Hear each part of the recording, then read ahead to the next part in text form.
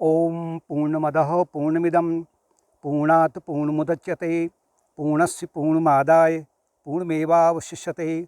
ओम शांति शांति शांति। एक दो बिंदु पर हम चर्चा करेंगे। कुछ शंकाएं आरंभ में, जिज्ञासु में या भक्त में आरंभ में हो जाती हैं।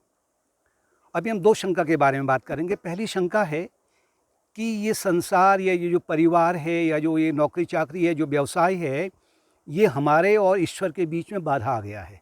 अगर ये नहीं होता तो हम हिमालय की कंदराओं में बैठ कर के समाधि में लीन रहते और हमें ईश्वर की प्राप्ति हो जाती। ये भ्रम है। दूसरी शंका है कि मुझे भगवत प्राप्ति कब होगी, कैसे होगी, कहाँ होगी। पहली शंका है कि ये संसार बाधा है, या परिवार जो भी है, या शरीर भी बाधा है। संसार का तो निर्माण भगवान ने इसलिए किया गया है कि जिससे कि जिनको जन्म दिया है वो आध्यात्मिक मार्ग में इसके माध्यम से इसका सदुपयोग करके उन्नत हो सकें। ये उपकरण दिए गए हैं ना आपका। एक तो शरीर के उपकरण है, बाह्य उपकरण आपका शरीर हो गया, जो 5 इंद्रियां हैं या 5 ज्ञानेंद्रियां हैं, कर्मेंद्रियां, ज्ञानेंद्रियां, संसार हो गया। ये आपके उपकरण हैं बाहरी। और आंतरिक जो उपकरण है वो है आपका मन, बुद्धि, चित्त और अहंकार। अगर ये उपकरण ना हो तो आप वो काम कैसे करेंगे, मोक्ष की खेती कैसे आपका पाएंगे। संसार वास्तव में ना तो बुरा है ना भला है। बुरा भला जो है वो सब आपका मन है। मनो मनुष्याणाम कारणम बंध मोक्षयो। मन ही बंधन का कारण है और मन ही मोक्ष का कारण है। अब मन को सामान्यतया जो काफ़ी शिक्षा ले लेते हैं डिग्रियों के माध्यम से, वो केवल मन को केवल मस्तिष्क तक ही सीमित रख देते हैं। लेकिन मस्तिष्क आपका मन नहीं है। मन के बारे में बहुत सारी चर्चा होती है। मन तो एक विशाल, वो जैसे कि सागर में है ना, सागर में एक आइसबर्ग होता है, हिमखंड जो होता है उसका करीब 5 या 6 या ज़्यादा से ज़्यादा अगर हम कहें तो 10% पानी के ऊपर रहता है, सागर के ऊपर, और बाकी जो 90 और 95% जो उसका भाग होता है वो नीचे होता है सागर के, जिसके बारे में उससे ज्ञात नहीं है। इसी तरीके से जिस मन के बारे में आप कहते हो कि मैं अपने मन को जानता हूँ, नहीं जानते हैं। इसके लिए गहराई से आपको अध्ययन करना पड़ेगा। राजयोग सूत्र के अनुसार में मन की कितनी अवस्थाएं होती हैं, अंतःकरण चतुष्टय क्या है, मनस, बुद्धि, चित्त, अहंकार। बुद्धि के कार्य क्या हैं, अहंकार का कार्य क्या है, मनस का कार्य क्या है, चित्त का कार्य क्या है, संस्कारों का कार्य क्या है। इनका अध्ययन आपको, जब आप पहले आप भौतिक रूप से, बौद्धिक रूप से अध्ययन करेंगे, फिर इस पर आप कार्य करेंगे। मन को आपने सुधारना है। अगर आपका मन शत्रु है तो आपके लिए संसार शत्रु हो गया, परिवार शत्रु हो गया।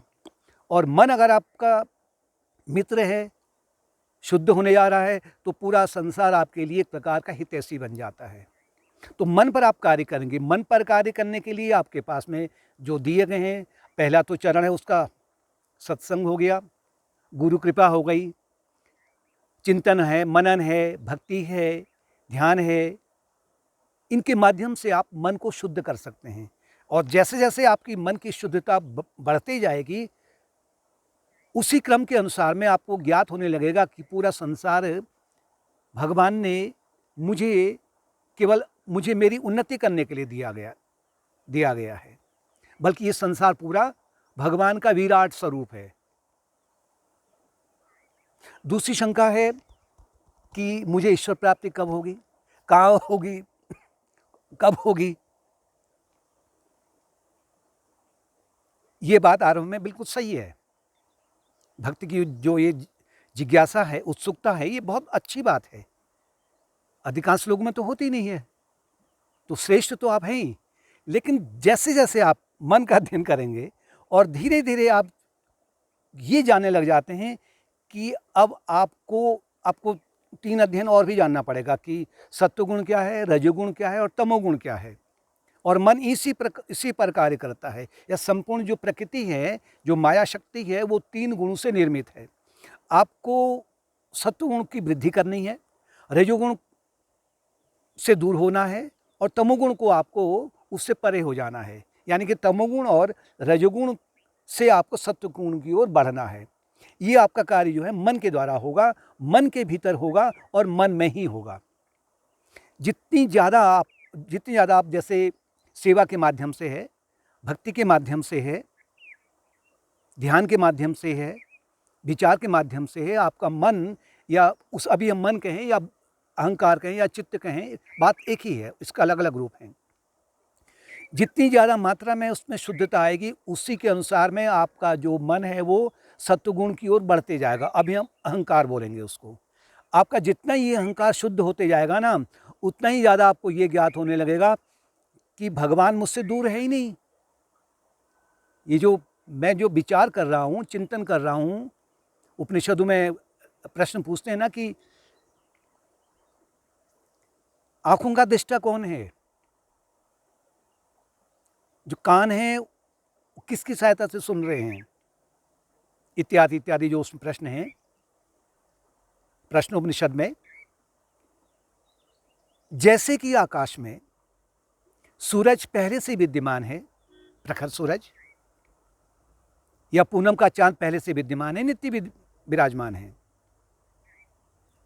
लेकिन पृथ्वी के घूमने से या आकाश में बादल आ जाने पर, किसी प्रकार के बादल हों, इनके आने पर भ्रम हो जाता है कि आकाश में चंद्रमा है ही नहीं या सूरज ही नहीं है।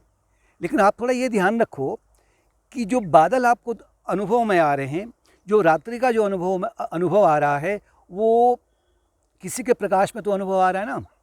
बादलों में चाहे वो घने हों, चाहे वो सफ़ेद हों, चाहे वो हल्के हों, उन बादलों में जो प्रकाश है वो सूरज या चंद्रमा के प्रकाश से ही आप कह पा रहे हैं कि बादल का रंग या इस प्रकार के इनका रूप हो चुका है। इसी प्रकार से जो आपका मन है या जो अहंकार है, ये जो कुछ भी अनुभव कर रहा है, इसके पीछे कोई प्रकाश है। वही प्रकाश जो है आपका आत्मन है, चंद्रमा के रूप में कहें या सूरज के रूप में कहें, क्योंकि वो चैतन्य स्वरूप है।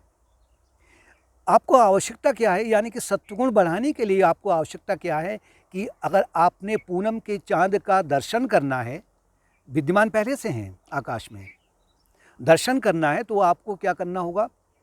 अगर रात्रि है तो आपको सुबह का या सूरज के लिए आपको सुबह की प्रतीक्षा करनी पड़ेगी।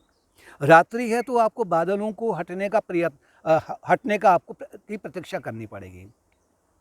बादलों का तात्पर्य है कि जो अशुभ वासनाएं हैं, जो पंचक्लेश के माध्यम से अविद्या, अस्मिता, राग और द्वेष और अभिनिवेश के माध्यम से जो कर्म बन रहे हैं, वो घने जो बादल हैं, उनको हटाने का आपको प्रयत्न करना है। बाकी आपको ईश्वर प्राप्ति का प्रयत्न नहीं करना है, क्योंकि जो कुछ भी साधना है वो केवल